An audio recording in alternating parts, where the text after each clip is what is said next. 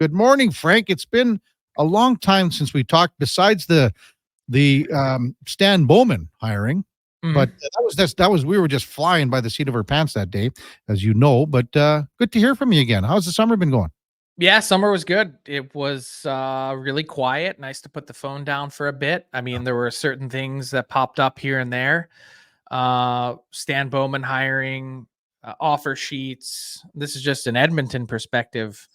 The Leon Draisaitl extension, and obviously, of course, last week the awful news of Johnny Gaudreau and his brother Matthew.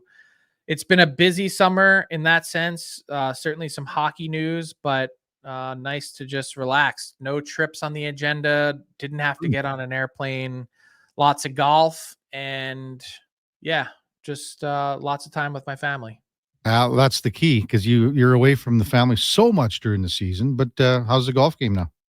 It's improving. I think that's maybe the toughest part is you kind of grind for a while in the summer, and then you get to September at the end of it and you have to put your sticks away for a while, and then you got to start all over again in July once the season's over. So I'm making it a point. I'm writing it down. One of my goals for the year is to get some sim time and continue to get some swings in. Will you be doing like training camp? Like, would you go to some certain locales around the league to start things off? Or yeah, last year I did a training camp tour. I did Van, Edmonton, and Calgary. This year, I think I'm going to go out east. I think I'm going to do Ottawa, Montreal, Boston.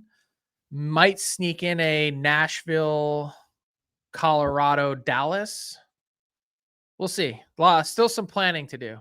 Well, I thought if you could make your way back to Edmonton, Frank, we could get 2, 3, 4 games in. Hey, I'm always down for that. Well, Go that see would your be a friends lot at of the fun. ranch. I just wore my ranch hat the other day.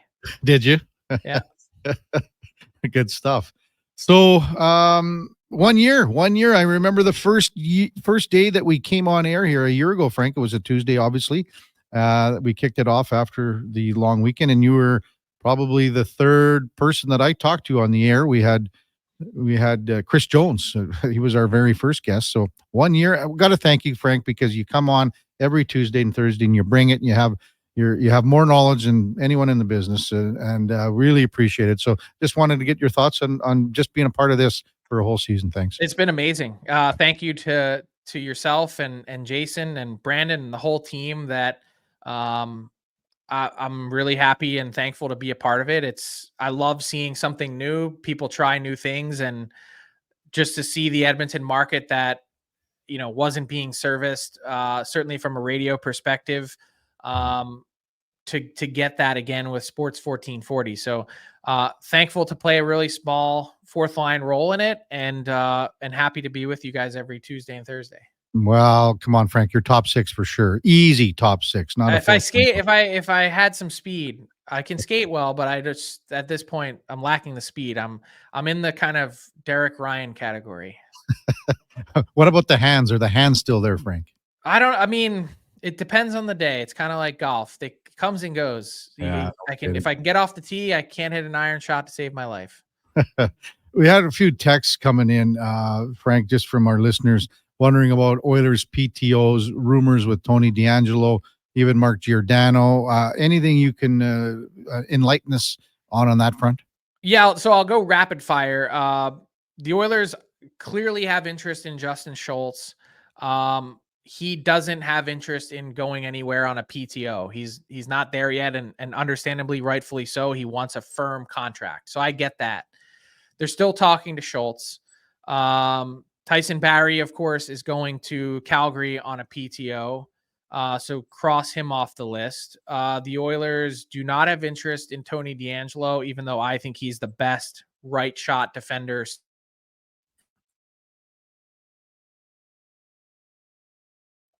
Still looking to play. I get it. To me, a little long in the tooth, and I think his best days are behind him. Mm-hmm. Just the last little bit, Frank, I think we're talking about Giordano. We just missed you for that last little bit. Yeah, sorry, I had to sneeze. I think his best days are behind him. I just think with the speed of the game, I think he really struggled to keep up. He's always in great shape, but I I don't know if that makes a ton of sense. Yeah, I'm not sure either. And do you see the Oilers adding another contract, or would they just go the PTO route?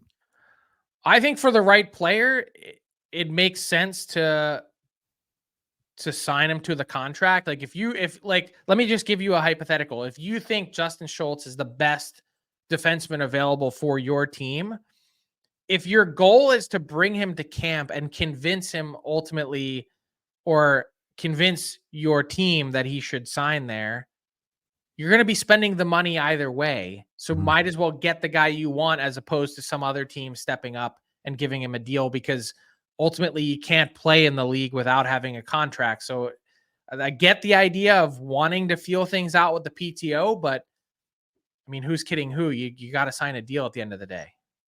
Frank Seravalli, Daily Faceoff, with us on Sports 1440. Frank will be back with us, by the way, at the end of the month moving forward on Tuesdays and Thursdays at 8:20.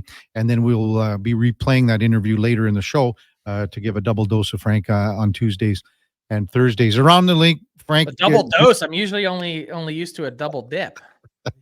Well, you could have the double dip, hey? That's Timmy. Hey, Timmy, I'll dip the way I want, Timmy. Mm-hmm.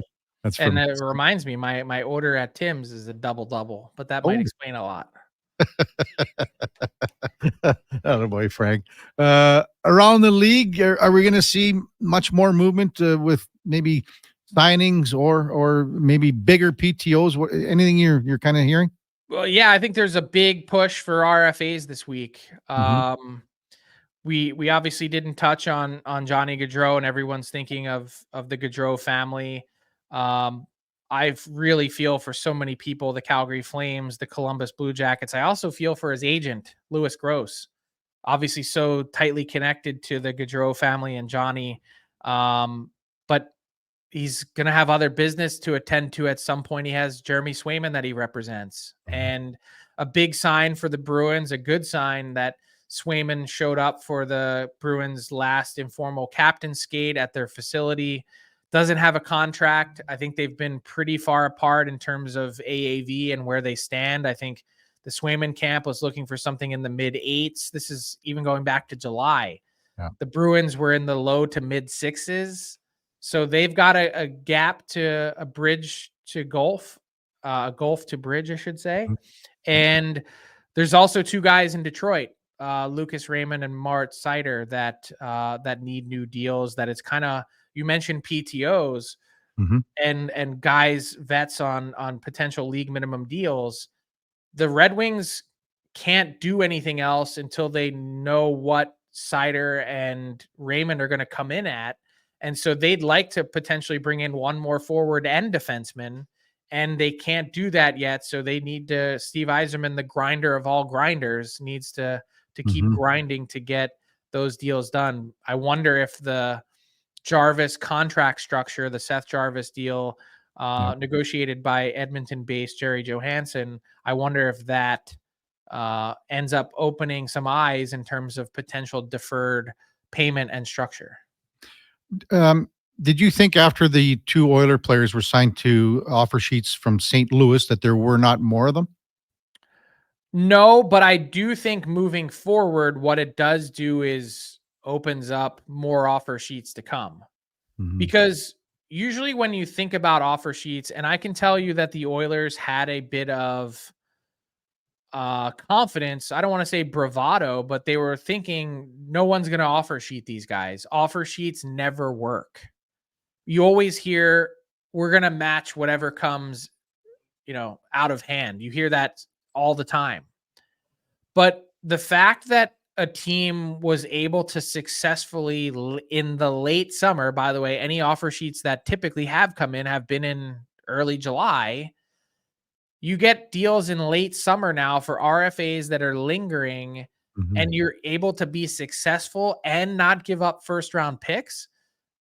I think it changes the way teams have to think about it moving forward, in terms of not just getting your business done so that you're not liable for something like that to happen, but also in terms of being aggressive. You can no longer say offer sheets don't work, because you just had two players change hands. For a long time, Frank, you've been saying that the Oilers would be spending $30 million on their two big stars. We saw the first needle drop on Leon Draisaitl. We'll see the next one in a year from now, a little bit less probably. But just from a franchise that has seen so many players leave here, and a city that players have said we don't want to play here, from a reporter, a person that's followed the game as long as you have, from a league-wide standpoint, your thoughts on what the Oilers accomplished with Leon and what they will be set to accomplish with Connor? Well, I think first and foremost, and most importantly, it makes, to me, a McDavid extension a foregone conclusion. There's zero chance that Leon Draisaitl's best friend and partner in crime is going to be testing the market now that Draisaitl is locked up. If there was ever a chance that any one of them were to leave and spread their wings and want to go to a different place, my money would have been on Draisaitl. But you've heard me for the last year plus now saying with absolute confidence that Draisaitl was re-signing and this was a done deal. Mm-hmm. I think what it does is it punctures a few bogus narratives. How often did we hear, oh, Draisaitl, he's going to be going to Boston, he's going somewhere else, this isn't going to play out the way that everyone in Edmonton hopes or expects? And I also think in a really healthy way, it also punctures whatever sort of, and this isn't meant to be critical, but the fear and paranoia or small man syndrome that had existed in the eyes of Oiler fans, saying, hey, what if Draisaitl leaves? Oh my God. Like there was fear of, hey, how can we get this done? Yeah. It's done. It's signed. It's a massive contract with significant structure and signing bonus. But the question I keep asking is, why not Edmonton? Yep. Why wouldn't you want to play with the best player in the world? You're as close as any team has ever gotten in league history to winning a Stanley Cup and not getting the job done. Game 7, lose by a goal. You're clearly right on the precipice. You've got some of the best fan support in the world, world-class facilities.